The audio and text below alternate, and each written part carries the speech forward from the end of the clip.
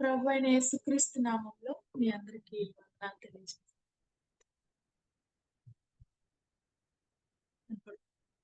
వినపడుతుందక్క? వినపడుతుంది. వినిపిస్తుంది. క్రైస్తవ రక్షణ సునాద కీర్తనలో నుండి 371వ పాట పాడుతున్నాను.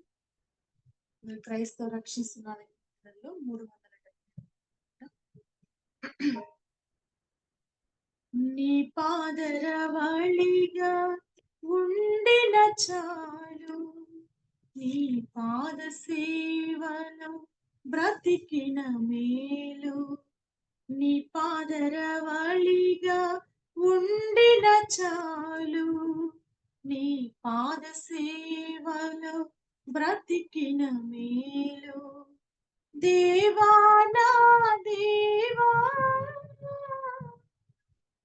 ప్రభువా యేసు ప్రభువా, దేవా నా దేవా, ప్రభువా యేసు ప్రభువా, నీ పాదరవళిగా ఉండిన చాలు, నీ పాద సేవలో బ్రతికిన మేలు. నీ చరణములే పూజించెదను, నీ నామమునే భజించెదను. నీ చరణములే పూజించెదను, నీ నామమునే భజించెదను. నీ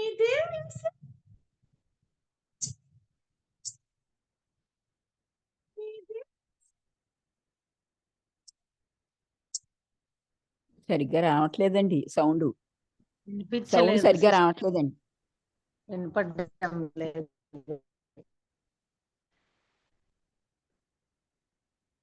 నీ పాదరవళిగా ఉండిన చాలు, నీ పాద సేవలో బ్రతికిన మేలు. నీ పాదరవళిగా ఉండిన చాలు, నీ పాద సేవలో బ్రతికిన మేలు. నా పోషణకు కర్తవు నీవే, నా ఆత్మకును కాపరి నీవే. నా పోషణకు కర్తవు నీవే, నా ఆత్మకును కాపరి నీవే. నా రోగ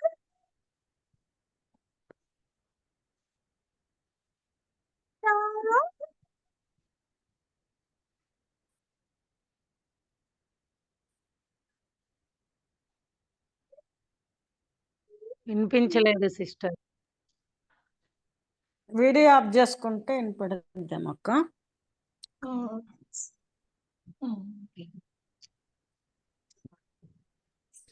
నీ పాదరవళిగా ఉండిన చాలు, నీ పాద సేవలో బ్రతికిన మేలు. నీ పాదరవళిగా ఉండిన చాలు, నీ పాద సేవలో బ్రతికిన మేలు.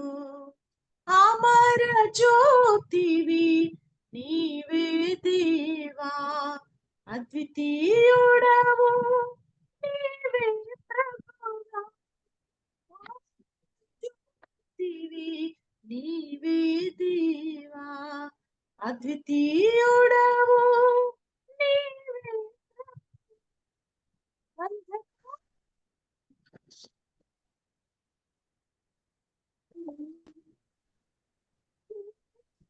వాయిస్ రావట్లేదు. నెట్ ప్రాబ్లం ఉంటుంది. ఉండిన చాలు, నీ పాద సేవలో బ్రతికిన మేలు. నీ పాదరవళిగా ఉండిన చాలు, నీ పాద సేవలో బ్రతికిన మేలు. దేవా నా దేవా, ప్రభువా యేసు ప్రభువా దేవా నా దేవా యేసు ప్రభువా. అందరికీ వందనాలు. చాలా బాగుందమ్మా, స్వరము చక్కటి పాట పాడావు, కానీ మాకు సరిగా వినిపించలేదు. మధ్య మధ్యలో కొద్ది ఆ, కొద్దిగా వినిపించింది. అంటే లో పిచ్ లో ఉన్నప్పుడు వినపడుతుంది ఉంటది, హైలో పోయినప్పుడు లేదు, పోయింది ఒకసారి.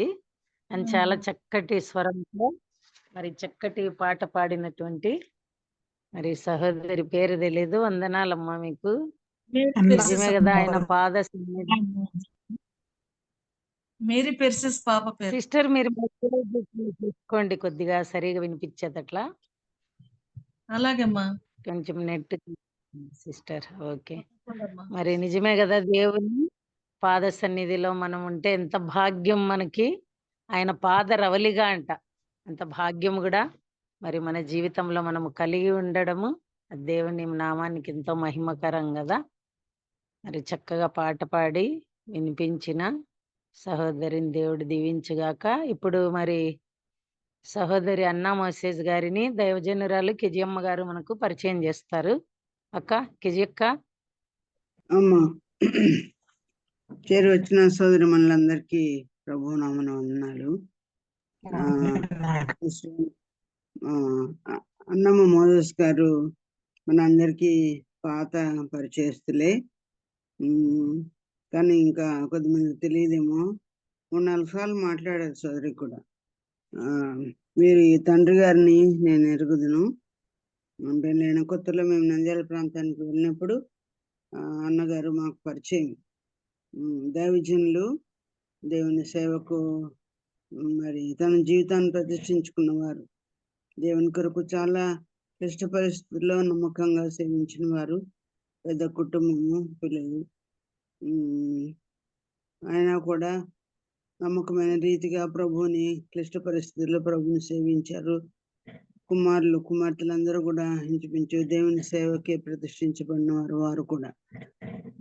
మరి గట్టి సువార్థికులు నమ్మకమైన పని జరిగించి ప్రభు కొరకు జయ జీవితం జీవించి మంచి సాక్ష్యాన్ని విడిచిపెట్టి వెళ్ళిపోయిన వారు. వారి యొక్క సంతానంలో మైకల్ జాన్ అన్న ఆయన పేరు, వీరి తండ్రి గారి పేరు. 2 భార్యాభర్తలు కూడా తల్లిదండ్రులు చక్కగా నమ్మకంగా ప్రభు కొరకు జీవించారు. వారి తొలి సంతానమే అన్నమ్మగారు. నేను వీరిని ఎరుగుదును, వీరి అక్క చెల్లెళ్ళు, అన్నదమ్ములు వీరందరూ కూడా నేను ఎరుగుదును. అందరూ సువార్త పనులు గట్టిగా నీటి వరకు నిలిచి పనిచేస్తూనే ఉన్నారు. సోదరి కూడా చక్కగా పాడగలరు. అన్నమ్మగారు కూడా కొద్ది కాలం క్రిందట హార్ట్ ఆపరేషన్ జరిగింది.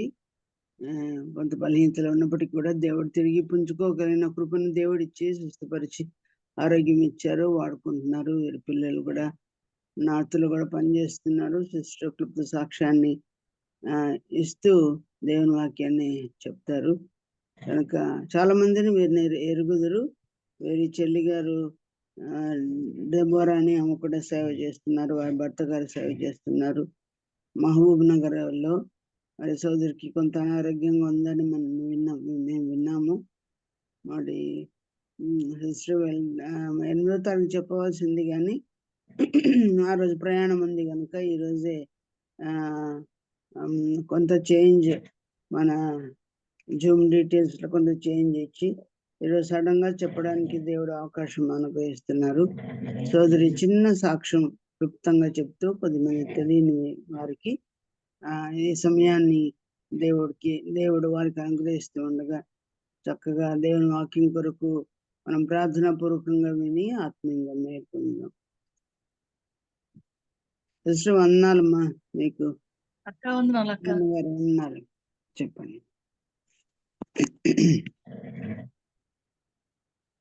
ప్రభు అయిన యేసు నామములో ఎస్తేరు ప్రేయర్ వారియర్స్ లో ఉన్న సహోదరులందరికీ నా ప్రత్యేకమైన వందనాలు, నూతన సంవత్సర శుభాకాంక్షలు కూడా నేను తెలియజేస్తున్నాను. చాలా సంతోషము మీ అందరితో సహవాసం చేయడానికి దేవుడు ఈ అవకాశాన్ని నాకు అనుగ్రహించినాడు. దేవుడిచ్చిన ఈ అవకాశాన్ని బట్టి ప్రభుని ఎంతగానో స్తుతిస్తూ ఉన్నాను. 8వ తేదీ వాక్యం చెప్పమని చెప్పారు. అదే రోజు నాకు ప్రయాణం ఉన్నందువలన నేను అక్క 8వ తేదీ ఇబ్బంది అవుతుందని అక్కతో నేను ఫోన్ చేసి మాట్లాడినప్పుడు అక్క ఈ రోజే చెప్పమన్నారు. దేవుడు కృప చూపినాడని దేవునికి ఎంతో వందనాలు తెలియజేశాను. ఈ సమయంలో మరి పాట పాడిన ఆ ఆ పాప మా చిన్న కుమార్తె. ఆమె పేరు మేరీ పెర్సిస్. అయితే పెద్ద పాప ప్రిస్కిల్లా, చిన్న పాప పెర్సీ. కానీ మేరీ అని కలపాల్సి వచ్చింది. ఎందుకంటే నేను క్రిస్మస్ రోజే పాపను ఆపరేషన్ చేసి తీసినందువలన ఆ నర్సులందరూ మేరీ మేరీ అని హాస్పిటల్ అంతా మేరీ అని పిలవటం వలన మీరు ఏ పేరు పెట్టుకున్న మేరీ కలపండి అని వాళ్ళు రిక్వెస్ట్ గా చెప్పినందువల్ల మేరీ అని కలిపాము. కానీ పాప పేరు పెర్సిస్, మేరీ పెర్సిస్ అని తనకు పెట్టబడింది. దేవుడు నాకు 2 కుమార్తెల్ని ఇచ్చాడు. మీరందరూ ఒకసారి సాక్ష్యం విన్నారు. 2 కుమార్తెల్ని ఇచ్చారు. వారిద్దరిని కూడా ప్రభు సేవ కొరకే నేను పెంచగలిగాను. దేవుడిచ్చిన కృపను బట్టి. మరి ఇద్దరు సేవ వాళ్ళు డిగ్రీ వరకు చదువుకున్నారు. ఒక ఆమె బీఎస్సీ, ఒక ఆమె బీకామ్ కంప్యూటర్స్ చదివింది చిన్న పాప. ఇప్పుడు పాట పాడిన పాప. మీరేం చదువుకున్నా మీరు సేవ చేయాలి నాన్న. దేవుని కొరకు వాడబడాలి అని చెప్పినప్పుడు వాళ్ళకు కూడా మేము ఇద్దరం నేను నా భర్త గారు సేవ చేస్తున్నందువలన వారికి సేవ మీద ఆసక్తి ఎక్కువగా కలిగింది. మేమిద్దరమే సేవ చేయలేదు. మా పిల్లలతో కలిసి మేము నలుగురం సేవ చేశాం. ఎక్కడికి వెళ్ళినా ఎక్కడ కొత్త స్థలంలో మీటింగ్ పెట్టినా మరి పెద్ద పాప పాడుతూ ఉంటే చిన్న పాప కీబోర్డ్ వాయించేది. తర్వాత నేను కంజర్ వాయిస్తూ లేకపోతే ఇక్కడ డ్రమ్ వాడతారు. డ్రమ్ వాయిస్తూ నా భర్త గారు సువార్త చెప్పడం అట్లా కలిసి పని చేసినందువలన పని చాలా ఆశీర్వాదకరంగా జరిగింది వాళ్ళున్నప్పుడు. ఆ విధంగా మాకు సేవలో మగపిల్లలు లేని లోటును వాళ్ళు తీర్చారు. మాతో కలిసి సేవ చేశారు. అయిన తర్వాత కూడా వాళ్ళు మరి సేవకులకి వారిని ఇవ్వటము, వాళ్ళు కూడా వారు ఉన్న స్థలంలో సేవ చేస్తూ ఉన్నారు. అక్క చెప్పారు పెద్ద పాప ఒరిస్సాలో సేవ చేస్తుంది. తను మిషనరీగా వెళ్ళింది అక్కడికి. తర్వాత ఆమెకు బాబు పాప, ఇప్పుడు చిన్న పాపకు 2 బాబులు ఇంటర్ చదువుతున్నారు. First year, second year. పెద్ద పాప కుమారుడు చెన్నై బైబిల్ కాలేజీలో చదువుతున్నాడు. స్టీవార్డ్ బైబిల్ కాలేజ్, ఎస్బిఐ, ఎస్బిసిలో చదువుతున్నాడు. ఆ బాబు కోసం కూడా ప్రార్థన చేయండి. వాళ్ళకు ఒక పాప కూడా, ఆమె కూడా బీటెక్ చదువుతుంది. ఈ విధంగా దేవుడు నాకు 2 ఆడపిల్లలు ఇచ్చిన 3 మగపిల్లలు మనమనులుగా దేవుడు ఇచ్చాడు. అందుని బట్టి నేను సంతోషపడుతూ ఉంటాను. ఒక మనవరాలు, ఈ 3 మనమనులు. వాళ్ళందరూ కూడా కీబోర్డ్ వాయించటము, పాటలు పాడటము, ప్రభు పరిచయలో చాలా సహాయకరంగా ఉంటారు. అయితే మరి నాకు గత సంవత్సరం క్రిందట నాకు బైపాస్ సర్జరీ చేయటము, ముందుగా స్టంట్లు వేస్తే అది ఫెయిల్ అయిపోయింది 3 నెలల తర్వాత.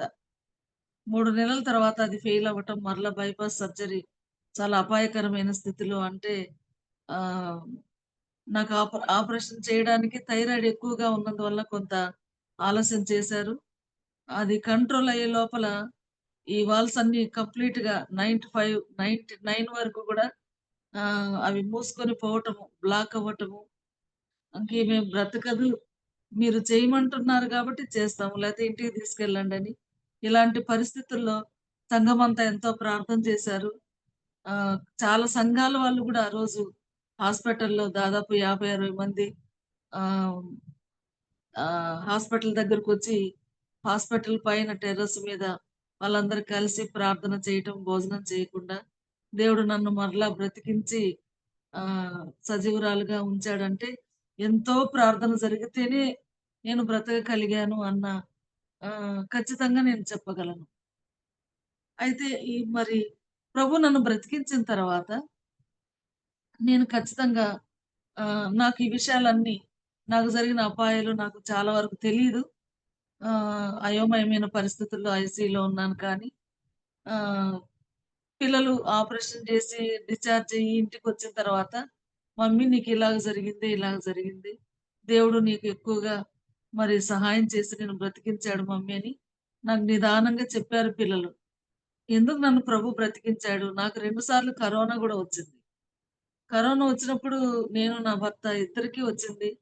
ఇంకా మేము అయిపోయాము అనుకున్నాం. ఎందుకంటే, మాకంటే జ్ఞానవంతులు, గొప్పవాళ్ళు, మంచిగా సేవ చేసేవాళ్ళు గూడా చనిపోయారు. మన అసెంబ్లీలో కూడా మరి చనిపోయారు. మనకు తెలిసిన విషయమే. వాళ్ళు చనిపోయినప్పుడు గూడా యానీ గూడా మీకు తెలుసు గదా! మీ అక్క వాళ్ళ మరదలు మరదలు ఆమె నేను గూడా కలిసి 2 సార్లు స్త్రీల పరిచర్యలో ఇద్దరము ప్రసంగికురాళ్ళుగా వెళ్ళాము. కడప, నంద్యాల. ఆహ్, ఆమె చనిపోయినప్పుడు గూడా చాలా నేను ఏడ్చాను. ఆమె సమాధి కార్యక్రమంలో గూడా. కారణం ఏంటంటే ఆహ్, నాకంటే చాలా చిన్నది. ఆమె చనిపోవడము. మరి దేవుడు నన్నెందుకు బ్రతికించాడు? అప్పుడు అలాగ బ్రతికించాడు. మరి ఈ హార్ట్ ప్రాబ్లమ్ విషయంలో కూడా ప్రభు నన్నెంతగానో బ్రతికించాడు. కాబట్టి నా ద్వారా ఇంకా ప్రభువుకు అవసరత ఉంది. నన్ను బ్రతికించడానికి కారణం ఆయన పని చేయాలి అన్న ఒక కేవలం ఆ ఉద్దేశం మీదనే నన్ను ప్రభు బ్రతికించాడని నేనైతే గట్టిగా నమ్ముతున్నాను. అందుకని ఆపరేషన్ చేసిన 3 మంత్స్ నుంచే నేను సంఘంలో పని చేయటము, సంఘంలో వాక్యం చెప్పటము. స్త్రీలు మరి బలహీన పడిపోతున్నారు నేను బెడ్‌లో ఉన్నందువలన అని చెప్పి, వెంటనే నా కార్యక్రమాలు నేను జరిగించడానికి ప్రభు నాకు సహాయం చేసినాడు. నాకున్న ఆసక్తిని బట్టి కూడా ప్రభు నన్ను బలపరిచాడు. అలాగ చెప్తూ మరి స్త్రీల మధ్య పని చేయటానికి మరలా నన్ను దేవుడు మరి బలంగా వాడుకుంటూ ఉన్నాడు. గత వారంలో కూడా మొదటి శుక్రవారం త్రోవగుంట సంఘానికి వెళ్లి, అక్కడ గూడా మరి దైవవాక్యం అందించటానికి దేవుడు కృప చూపినాడు. మనం 2024వ సంవత్సరం కంప్లీట్ చేసుకొని, 25వ సంవత్సరానికి 25వ సంవత్సరంలో ప్రవేశించాము. నా మటుకు నేను 24వ సంవత్సరం చివరిదాకా చూస్తామో లేదో అని అనుకున్నాను నేను. కానీ ఆ సంవత్సరమంతా దేవుడు కాపాడి మరలా 25వ సంవత్సరంలో దేవుడు మనల్నందరినీ ప్రవేశపెట్టాడు. మరి ఇంతగా మనల్ని కాపాడుతూ దినదినాలు, సంవత్సరాలు మనల్ని కాపాడుతున్నాడంటే, మనము ఏమి చేయవలసిందో ప్రభు కొరకు, ఏమి చేయాల్సింది మిగలబడి ఉందో అది మనం చేయాల్సింది. కాబట్టి ఈ సంవత్సరంలో కూడా దేవుడు మనల్ని ఉండనిచ్చాడు. ఈ సంవత్సరం కూడా ఉండనిమ్ము అని మరి అంజూరపు చెట్టును సాగు చేసే యజమాని ప్రభు అటువైపు వచ్చినప్పుడు ఫలాలు ఏమి లేకపోవడం వల్ల మరి ఈ చెట్టుని ఎందుకు ఈ నేల వేస్ట్ అవ్వాలి, దీన్ని నరికి వేయండి అంటే మరి కాపరి అన్నాడు. ఆ చెట్టును కాపాడేవాడు ఈ సంవత్సరం కూడా ఉండనివ్వు అని బ్రతిమలాడినట్టుగా, అలాగే మనల్ని కూడా మరలా ఈ సంవత్సరాన్ని కూడా ఉంచటానికి ప్రభు ఇష్టపడ్డాడు. అయితే ప్రభువుని నమ్మిన మనము ఇలాంటి సంవత్సరాలు ఎన్నో మన జీవితంలో చూసాము, చూస్తూ ఉన్నాము, ఆరంభం చేస్తున్నాము. దాన్ని ఎలాగ ముగిస్తున్నాము అనేది కూడా మనం జ్ఞాపకం చేసుకోవాల. కార్యారంభం కంటే కార్యాంతము మేలు. ఆరంభిస్తాం కానీ ముగించలేకపోతుంటాం. కొత్త సంవత్సరంలో మరి ఎన్నో నిర్ణయాలు చేసుకుంటాం. ఎన్నో మరి నేనది చేస్తాను, ఇది చేస్తాను. ఈ సంవత్సరంలో నేను ఇలాగుండాలనుకుంటున్నాను. మరి సంఘంలో ఇలాగ చేయాలనుకుంటున్నానని ఎన్నో మనం చెప్తాము. కానీ అవి కొనసాగించలేకపోతాం. కొనసాగించాలి అనేది చాలా ప్రాముఖ్యమైనది. ఆరంభించినది కొనసాగించాలి. ఆ తర్వాత ముగించాలి. అయితే కొనసాగటము హెబ్రీ పత్రిక మనకు 12వ అధ్యాయంలో మనకు తెలిసిన మాట మనం అనేక సార్లు ఆ అవసరాన్ని బట్టి చదువుకుంటూ ఉంటాము. 12వ అధ్యాయం 2వ వచనం మధ్య భాగం నుండి, విశ్వాసమునకు కర్తయు దానిని కొనసాగించువాడునైన యేసు వైపు చూచుచు మన ఎదుట ఉంచబడిన పందెంలో ఓపికతో పరిగెత్తుదుము. దానిని కొనసాగించువాడునైనా యేసు వైపు చూచుచు. కొనసాగించేది మన ప్రభువు. కొనసాగించే వాడి వైపు మనం చూడాలి. మన మటుకు మనమే కొనసాగించలేము. ప్రభువు వైపు చూస్తూ ఆయన మన ఎదుట ఉంచబడిన పందెంలో మనం ఓపిక మనకు చాలా అవసరం. ఆయన వైపు చూస్తూ నడవాలి. ఆగిపోతది కొన్నిసార్లు. ఎందుకు ఆగిపోతది అంటే, మనం చేసిన దోషం వలన, మన మాటల వలన, లేక మన తలంపుల వలన, తర్వాత మన మన తొందరపాట్ల వలన కూడా కొన్నిసార్లు విశ్వాస జీవితంలో కొన్నిసార్లు ఆగిపోవలసిన పరిస్థితులు ఏర్పడతాయి. ఉదాహరణకు సంఖ్యాకాండము 12వ అధ్యాయము 13వ వచనంలో ఆహ్, 12వ అధ్యాయము 13వ వచనంలో ఆహ్, మోషే ఇక్కడ 15వ వచనం చదువుకుందాం. మిర్యాము మరలా చేర్చబడు వరకు జనులు ముందుకు సాగరైరి. మిర్యాము మరలా చేర్చబడు వరకు జనులు ముందుకు సాగరైరి. ఇశ్రాయేలీయులు ఐగుప్తు నుండి కానానుకు బయలుదేరారు. బయలుదేరి కొనసాగుతా ఉంది వారి ప్రయాణం. మధ్య మధ్యలో చాలా స్థలాల్లో ఆగిపోవాల్సి వచ్చింది. ఎందుకు ఆగిపోయారనే సంగతి మనకు బాగా తెలుసు. కారణం ఏంటంటే వారు చేసిన దోషం వలన, వారి సనుగుల వలన, మరి వారు మోషేకు విమర్శించటం వలన, వారు చేసే పొరపాట్ల వలన చాలా సార్లు ఆగిపోయింది వాళ్ళ ప్రయాణం. మరలా వాళ్ళు సరి చేసుకున్న తర్వాతనే వారు కొనసాగడానికి వీలైంది. ఇక్కడ మిర్యాము విషయంలో కూడా మిర్యాము మరలా చేర్చబడే వరకు. ఎందుకు మిర్యాము చేర్చబడటం ఏంటి? ఎక్కడుంది మిర్యాము? మరి ప్రజల్లోనే ఉంది కదా! అంటే మిర్యాము ఊరు వెలుపలికి వెళ్ళాల్సొచ్చింది. సమాజంలో కాకుండా, ఇశ్రాయేలీయులతో కాకుండా, ఇశ్రాయేలీయులు ఉన్న ఆ గుడారాలకి లేక వారికి దగ్గరగా కాకుండా ఊరి వెలుపలికి, వారున్న ప్రదేశానికి వెలుపల ఉంచబడింది మిర్యాము.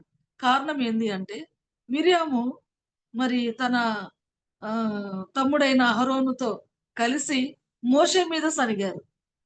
దేవుడు నీతోనే పలికించాడా? 12వ అధ్యాయం మొదటి నుంచి ఆ వచనాలు మనకు కనబడతాయి. 2వ వచనం, వారు మోషే చేత మాత్రమే యెహోవా పలికించెనా, ఆయన మా చేతను పలికించలేదా అని చెప్పుకొనగా, యెహోవా ఆ మాట వినెను అని రాయబడింది. వాళ్ళు మాట్లాడారు. మా తమ్ముడే కదా అనుకున్నారేమో ఒకవేళ. చాలా సార్లు మన బంధువులే కదా అని అనుకోవచ్చేమో కానీ, మరి దేవునందు నమ్మకం కలిగిన వారు, సాత్వికులైన వారు, సంఘంలో నమ్మకస్తులుగా ఉన్న వారిని మనం ఏదైనా వ్యతిరేకంగా మాట్లాడితే ఆ మాట దేవుడు వింటాడు. ముఖ్యంగా దేవుని సేవకులు వ్యతిరేకంగా మాట్లాడే వాళ్ళు సంఘాల్లో ఈ మధ్య చాలా మంది ఉన్నారు. మనం అనేక సంఘాల్లో చూస్తూ ఉంటాం. అలాగ చేశారేంది? ఆ ఊరికెళ్లారేంది? ఈ పని చేశారేంటి? అని విరోధంగా దేవుని సేవకులు మరి దేవుని సేవకులు, సేవకురాళ్ళు దేవుని పని చేస్తూ ఉండగా సనిగే వాళ్ళు ఎంతో మంది ఉంటారు. దాని వల్ల కూడా మన విశ్వాసము ఆగిపోతుంది. మన యాత్ర ఆగిపోతుంది అని ఆ సందర్భాన్ని బట్టి మనం అర్థం చేసుకోవచ్చు. మరి నీతోనే పలికించాడా? మాతో పలికించడా? అంటే నువ్వేనా వాక్యం చెప్పేది? ఒక మాటలో మన భాషలో చెప్పుకోవాలంటే ఆ అక్కనే నా వాక్యం చెప్పింది నేను చెప్పలేనా? ఆమెకే నా అనుభవం ఉంది. నాకు అనుభవం లేదా? వారికే తెలుసా? నాకు తెలీదా? ఈ విధంగా అనేవాళ్ళు సంఘాల్లో. ముఖ్యంగా స్త్రీల మధ్య కూడా ఇలాంటి చర్చ చాలా సార్లు జరుగుతూ ఉంటది. చాలా సార్లు మరి దేవునికి అవిధేయతగా, వ్యతిరేకంగా దాతాను, కోరహు, అబీరాములు కూడా మోషేకు వ్యతిరేకంగా సనిగినందువలన వారు భూమి నోరు తెరిచి వారిని మింగివేసినట్లుగా ఉంది. అలాగే ఇశ్రాయేలీయులు చేసిన పాపాన్ని బట్టి ఇక్కడ మిర్యాము చేసిన పాపం ఏంటంటే, తన నోటి తొందర, నోరు జారింది. మన నోటిని అదుపులో పెట్టుకోవాలని దైవ గ్రంథం సెలవిస్తుంది. నోరు ఉంది కదా అని చెప్పి గబగబా మాట్లాడటం కాదు. మనం ఇష్టమైనట్టుగా మాట్లాడితే ఆ మాట యెహోవా విన్నాడు. అక్కడ రాయబడింది కదా 2వ వచనంలో, 3వ వచనంలో యెహోవా ఆ మాట వినెను. మనం అనుకోవచ్చు నేను అన్నాను అయిపోయింది అని. కానీ దేవుడు ఆ మాట వింటాడు. విన్నాడు. వెంటనే చర్య తీసుకున్నాడు. మీరేమనుకుంటున్నారు? నా సేవకుడైన మోషే భూమి మీద ఉన్న వారందరిలో మిక్కిలి సాత్వికుడు అని ప్రభువే సాక్ష్యం ఇచ్చాడు. అలాంటి సేవకుడిని దేవుని కొరకు ఎంతో త్యాగం చేసి సేవకొస్తారు. వారు ఉద్యోగాలు త్యాగం చేయొచ్చు. వారి కుటుంబాల్ని, వారికున్న ఆస్తిని త్యాగం చేసి దేవుని పనికి వచ్చిన వారిని సనిగితే, ఒకవేళ సేవకుల్లో లోపాలు మరి ఒకవేళ ఉన్నాయనుకోండి, అవి మనం సనగాల్సిన పని లేదు. మనం విమర్శించాల్సిన పని లేదు. మనం తీర్పు తీర్చాల్సిన పని లేదు. మరి నేనేర్పరచుకున్న వారి మీద నేరం మోపు వాడేవాడు రోమాపత్రికలో ఉంది కదా! మరి అదే రోమాపత్రికలోని ఆహ్, మరి పరుని సేవకుడిని మీద ఆ మాట నాకు సరిగా వచ్చిన జ్ఞాపకం లేదు కానీ, నేను ఏర్పరచుకున్న వారి మీద నేరం మోపు వాడేవాడు యెహోవాయే కదా! ఏదైనా ఆయన చూసుకుంటాడు. కానీ మిర్యాము అలా కాకుండా మిర్యామే కాదు అహరోను కూడాను. ఎక్కువ పరుని మిర్యాము సేవకునికి తీర్పు తీర్చేవాడెవడు? ఆ! పరుని సేవకునికి తీర్పు తీర్చువాడెవడు? మీరు అంటే మీరెవరు తీర్పు తీర్చకూడదు. తీర్పు తీర్చువాడు ఆయనే. వారికి ఏమి బోధించాలనో లేక వారిని ఎలాగ సరిచేయాలనో ప్రభువు చూసుకుంటాడని వాక్యంలో ఉంది కానీ, మరి మనమే తీర్పులు తీరుస్తా ఉంటాం. మనం ఎంతవరకు తీర్పు తీర్చగలం? మన స్తోమత ఏంటి? మన జ్ఞానం ఏంటి? మన ప్రవర్తన ఏంటి? ఎవరి ప్రవర్తన వాళ్ళు చూసుకోవాలి. అలాగే మిరియాము విషయంలో నా సేవకుడైన మోషే భూమి మీద ఉన్న వారిలో మిక్కిలి సాత్వికుడు. ఇది ఎంత సాక్ష్యమో గదా! ప్రభువే స్వయంగా చెప్పే సాక్ష్యం ఇది. బైబిల్‌లో కొన్ని ప్రత్యేకతలున్నాయి. వారికున్న ప్రత్యేకత మరొకరికి ఉండదు. అలాంటి వాళ్ళు చాలా మందిని నేను ఒక పెద్ద లిస్టే రాసి పెట్టుకున్నాను. ఆ చెప్పిన మాట మరి ఇంకొక చోట లేకుండా ఉన్న సందర్భాలు రాసుంచుకున్నాను నేను. అలాగే మోషేను అలాగ సనిగినందువలన వెంటనే ప్రభువుకు చాలా బాధ కలిగింది. ఆమె కుష్ఠరోగి అయిపోయింది. కుష్ఠవ్యాధి తెల్లని కుష్టు ఆమెకు వ్యాపించిపోయింది. కుష్ఠవ్యాధి వచ్చిన వాళ్ళు ప్రజల్లో జీవించడానికి వీల్లేదు. ఊరి వెలుపల ఉండాలి. కేవలం నోరు చేసిన ఈ తప్పు వలన చాలా సార్లు మన నోరు, మన హృదయము, మన తలంపులు, మన చెవులు అద్దు మీరిపోతూ ఉంటాయి. జవదాటిపోతూ ఉంటాం. అందుకని మిరియాము అలాగు మాట్లాడినందువలన కుష్ఠరోగం వచ్చింది. ఊరి వెలుపల పెట్టబడింది.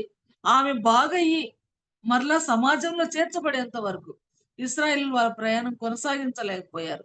ఆమె బాగవ్వటానికి మరలా మోషేనే బ్రతిమలాడాల్సొచ్చింది. అయ్యా! దయచేసి ఈమె చేసి ఈ పాపాన్ని, ఈ రోగాన్ని తీసివేయి ప్రభు అని సేవకులు మాట్లాడతారు. మళ్ళీ సేవకులే ప్రార్థన చేయాలి. ఎందుకు ప్రార్థన చేయాలి అంటే, వాళ్ళు చేస్తేనే దేవుడు ఆలకిస్తాడని ఒక నమ్మకం గూడా చాలా మందికి. అవును మరి. కాబట్టి మోషే ప్రార్థన దేవుడు విన్నాడు. ఆమెను బాగు చేసిన తర్వాత మరలా వాళ్ళ ప్రయాణం కొనసాగినట్లుగా ఉంది. చాలా సార్లు మన విశ్వాస జీవితంలో కొనసాగుతున్నప్పుడు కొన్ని అవరోధాలు ఎదురవుతాయి. మన తొందర వలన, లేక బయట నుంచి వెలుపల నుంచి వచ్చే పరిస్థితుల వల్ల కానీ, మన మన లోపం జరిగితే మన విశ్వాస యాత్ర కొనసాగదు. ఆగిపోతుంది. కాబట్టి విశ్వాసి ఆరంభించిన దాన్ని కొనసాగించాలి. గలతీ పత్రికలో ఒక మాట ఉంది. ఓ అవివేకులైన గలతీయులారా! మరి మీరు ముందు ఆత్మానుసారంగా ఆరంభించారు. మూడవ అధ్యాయం, మూడవ వచనంలో ఉంది. ఆత్మానుసారంగా ఆరంభించి శరీర శరీరానుసారులుగా పరిపూర్ణులవుతారా? అని పౌలు అక్కడ వాళ్ళని గద్దించినట్లుగా, ఆ మాట జ్ఞాపకం చేసినట్లుగా ఉంది. చాలా సార్లు చక్కగా ఆరంభిస్తారు కానీ, దాన్ని కొనసాగించలేకపోతారు. మరి పరిపూర్ణులు అవ్వలేకపోతారు. శారీరకంగా పరిపూర్ణంలోకెళ్ళిపోతారు. కాబట్టి ఆరంభించిన వాళ్ళు ఎలాగో జాగ్రత్తగా కాపాడుకోవాలి. అప్పుడు ఆమెలో ఉన్న ఆటంకం తొలగిపోయిన తర్వాత, మరలా వారు కొనసాగినట్లుగా తరువాత వచనాల్లో మనం చూడగలం. మరి అలాగే మరి ఒక వ్యక్తి కొనసాగలేకపోయినాడు చూడండి. ఆదికాండము 33వ అధ్యాయం. ఈ 2 సందర్భాలే నేను జ్ఞాపకం చేస్తాను. 33వ అధ్యాయము 17వ వచనము, 16వ వచనం నుంచి. అదినమున ఏశావు తన త్రోవను శేయీరునకు తిరిగిపోయెను. అప్పుడు యాకోబు సుక్కోతుకు ప్రయాణమైపోయి తనకొక ఇల్లు కట్టించుకొని తన పశువులకు పాకలు వేయించెను. అందుచేత ఆ చోటికి సుక్కోతు అను పేరు పెట్టబడెను. సుక్కోతు అనగా మరి పాకలు అని అక్కడే కింద ఫుట్‌నోట్‌లో రాయబడి ఉంది.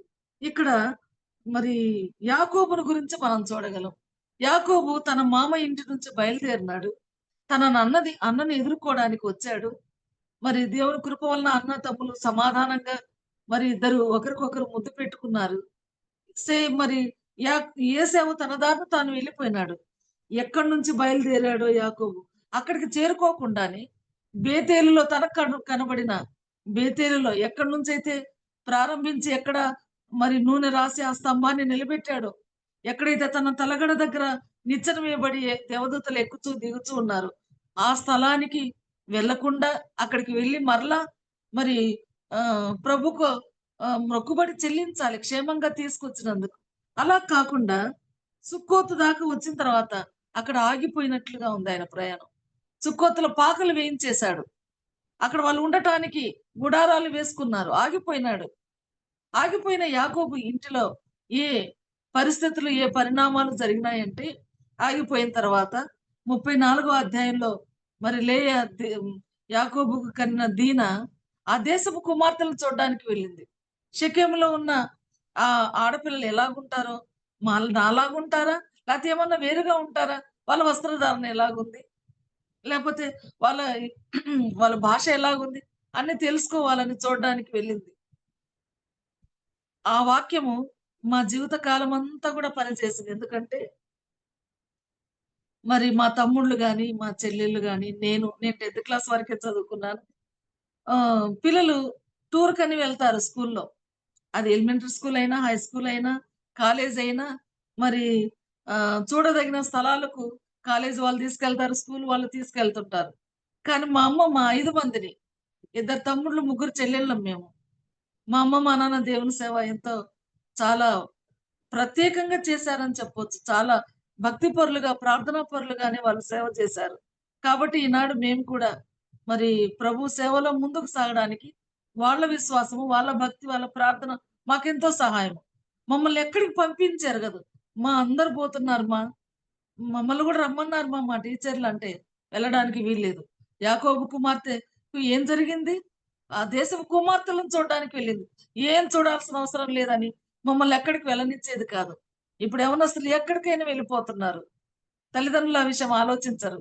నిజంగా యాకోబు కుమార్తె చూడడానికి వెళ్ళింది. ఏమైపోయింది ఆమె జీవితము? ఆమె జీవితము పాపంలో భయంకరమైన పరిస్థితుల్లో ఆమె మరి దానికి గురి కావాల్సొచ్చింది. ఆ దేశపు మరి హమోరు కుమారుడు షెకెము ఆమెను పట్టుకొని ఆమెను మరి పాడు చేసినట్లుగా మనకు కనబడుతుంది. అక్కడ పాకలు వేయించాడు. ఆగిపోయాడు. ఆగినామంటే ప్రయాణంలో ఎన్నో అనార్థాలొస్తాయి. ఎన్నో మరి మనకు ఆహ్, మనం చేయకూడనివి చేయాల్సొస్తుంది. లేయ కుమార్తె అలాగయిపోయింది. అంతే అంతవరకే జరిగిందా? అలాగ చేశారని అన్నలకు కోపం వచ్చేసింది. తన అన్నలైన మరి లేవి షిమ్యోనులు మేము మా చెల్లినివ్వాలంటే మీరు సున్నతి చేసుకోవాల్సింది. సున్నతి చేసుకోని వారికి మా చెల్లెల్ని మేము ఇయ్యలేము అన్నారు. మంచి మాటే అది. చాలా ఖచ్చితమైన మాట. రక్షించబడిన వారికి మా పిల్లల్ని మేమివ్వము. మారు మనసు కలిగిన వారికి మా పిల్లల్ని ఇస్తాము అన్న ఒక మంచి హ్మ్, మరి మాట అక్కడ మనం నేర్చుకోవచ్చు. నిజమే ఆ మాట. కానీ అంతటితో అలాగూ మంచి ఉద్దేశంతో వారు అనలేదు కానీ మరి వీళ్ళ మాట విని దీనా మీద ఇష్టం కలిగిన వాడై ఆ దేశంలో ఉన్న పురుషులందరూ, ఆ పట్టణంలో ఉన్న పురుషులందరూ మరి సున్నతి చేయించుకున్నారు. సున్నతి చేయించుకొని 3వ రోజు వారు చాలా బాధతో కదలలేని పరిస్థితిలో ఉండగా మరి దీనా యొక్క ఇద్దరు అన్నలు లేవి షిమ్యోన్లు వారి కత్తులు తీసుకొని వెళ్లి పురుషులందరిని సంహరించేశారు. అందరిని చంపివేశారు.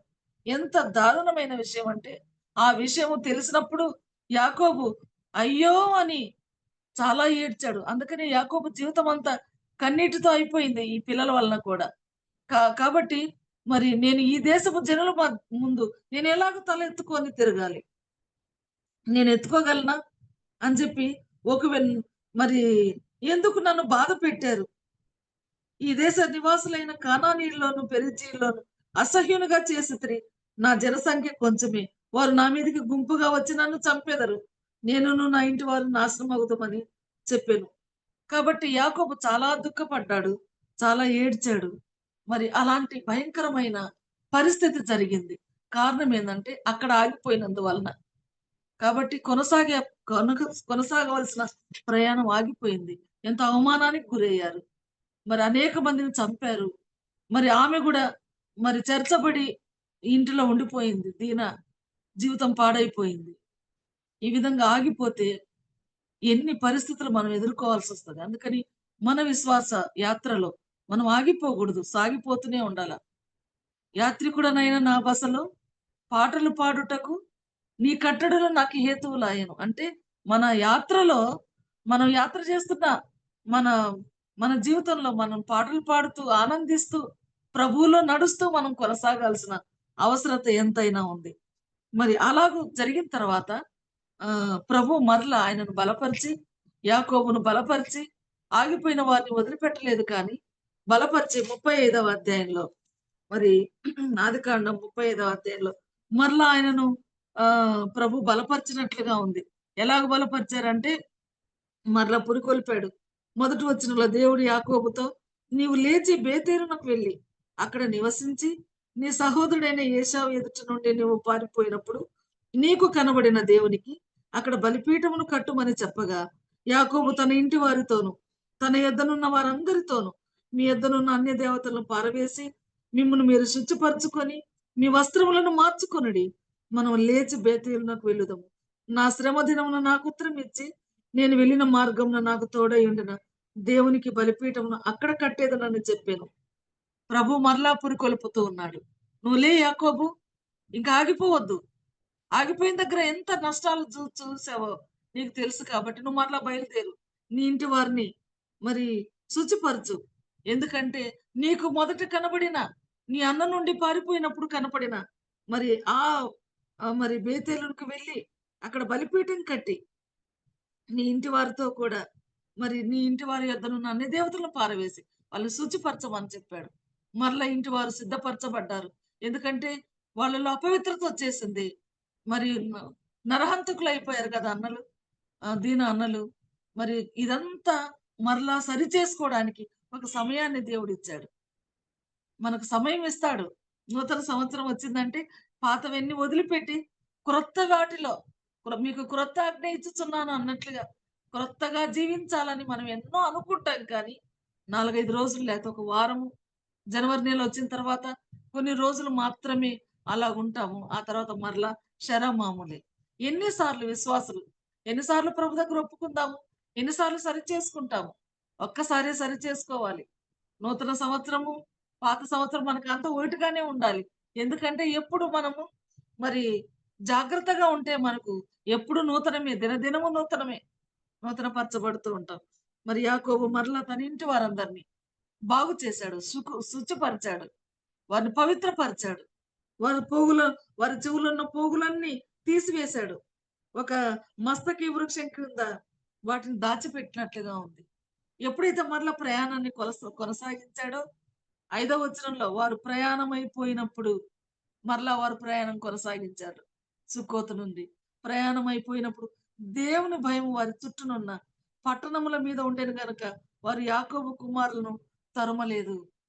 ప్రయాణం అయిపోతున్నప్పుడు మన భయం, మరి దేవుని భయం వారి చుట్టూనున్న పట్టణం మీద ఉండేది. మనల్ని ఎవరు ఏమి చేయలేరు. యాకోబు కుమారులను తరమలేదు. యాకోబు కుమారులు యాకోబు వస్తున్నాడు అంటే అందరికి భయం కలిగిందంట. దేవుడు ఆ భయాన్ని కలిగించాడని మనకు అర్థమవుతుంది. కొనసాగుతున్నప్పుడు ఎవరు మనల్ని ఏం చేయలేరు. ఆగినప్పుడే సాతాను మన మీద యుద్ధం చేసేది. కాబట్టి మరి దేవుని భయము వారి చుట్టూనున్న పట్టణముల మీద ఉండేది. కొనసాగుతున్నామా, ఆగిపోయి ఉన్నామా మన జీవితంలో? కొనసాగింపకపోతే మరి చాలా నష్టం జరిగిపోతుంది. లూకాసు వార్త 14వ అధ్యాయంలో 28 నుంచి 30 వచనంలో ఒక మాట రాయబడి ఉంది. కొనసాగించకపోతే ఎగతాళి చేస్తారంట, హేళన చేస్తారు. ఈ మనుషుడు కట్ట మొదలు పెట్టాను కానీ దాన్ని కొనసాగించలేకపోయాడు అని అనేకులు మరి ఎగతాళి చేస్తారని అక్కడ మనం చూస్తాం. కట్టుబడి విషయంలో, కట్టే విషయంలో. కాబట్టి మనం కొనసాగించినప్పుడు అరే ప్రభు నమ్ముకున్నాడు కానీ నిలబడలేకపోయినాడని అనేక మంది అంటారు మనల్ని. కాబట్టి ఇతరుల చేత హేళనకు పాత్రలం అవుతాం. మనం హేళన చేయబడతాం. అయితే మరలా ఆగిపోయిన యాకోబును పురికొల్పాడు, కుటుంబాన్ని సిద్ధం చేశాడు, ప్రయాణం కొనసాగించాడు. అప్పుడు వారి ప్రయాణంలో ప్రభు సహాయం, ప్రభు భద్రత ఉంది. కాబట్టి మరి యోహాను సువార్త 10వ అధ్యాయం 28వ వచనంలో ఉంది, ఆయన చేతి నుండి ఎవరు అపహరింపలేరు. మనం ఆయన చేతిలో ఉండిపోతాం. ఎవరు మనల్ని ఏం చేయలేరు, ఎవరు అపహరింపలేరు అని కూడా మనం చూడగలం. 2వ రాజుల గ్రంథంలో కూడా మరి 6వ అధ్యాయం 17వ వచనంలో సిరియా రాజు ఆ ఏంటి మనం ఏమనుకున్నా కూడా అక్కడ ఉన్న రాజుకు తెలిసిపోతుంది, ఇస్రాయేల్ రాజుకి. ఏంటి అక్కడ జరుగుతున్న పరిస్థితులు?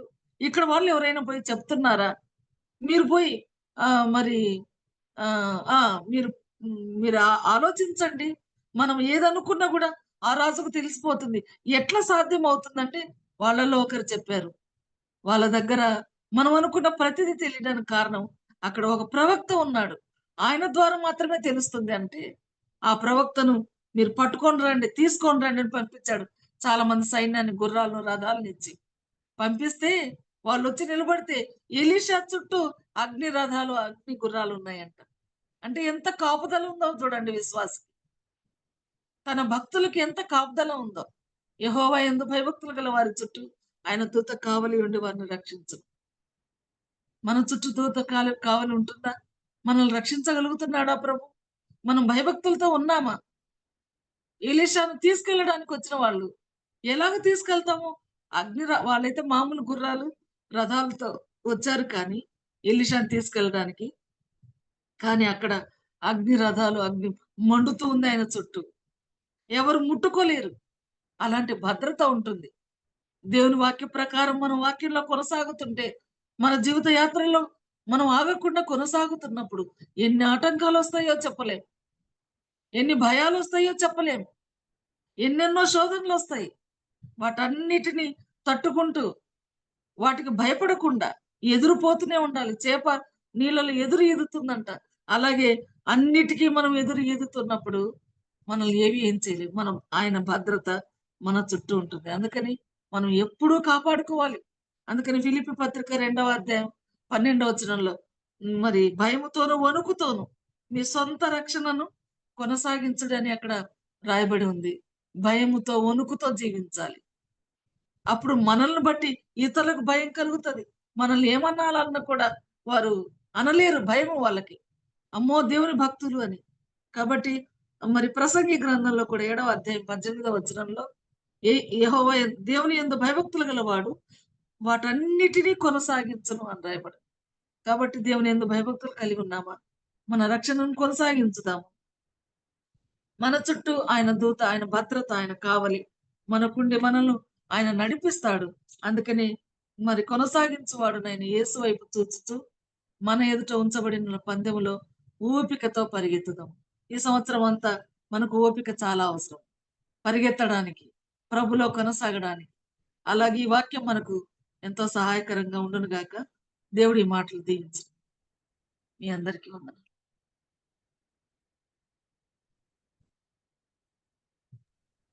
అమ్మ వందనాలమ్మా, చక్కగా వాక్యం అందించారు. వందనాలు మా వందనాలు. వందనాలమ్మా.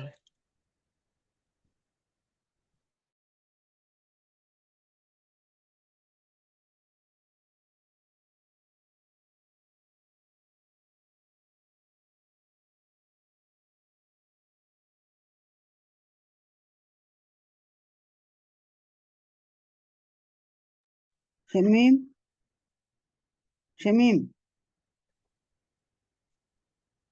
షమీం,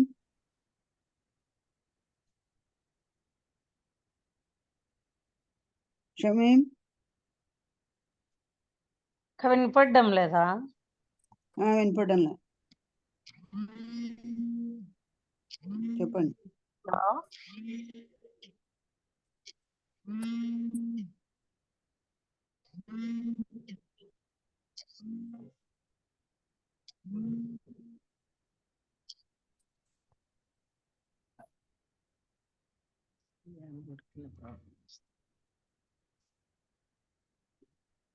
మన చక్కటి వాక్య సందేశం అందించినటువంటి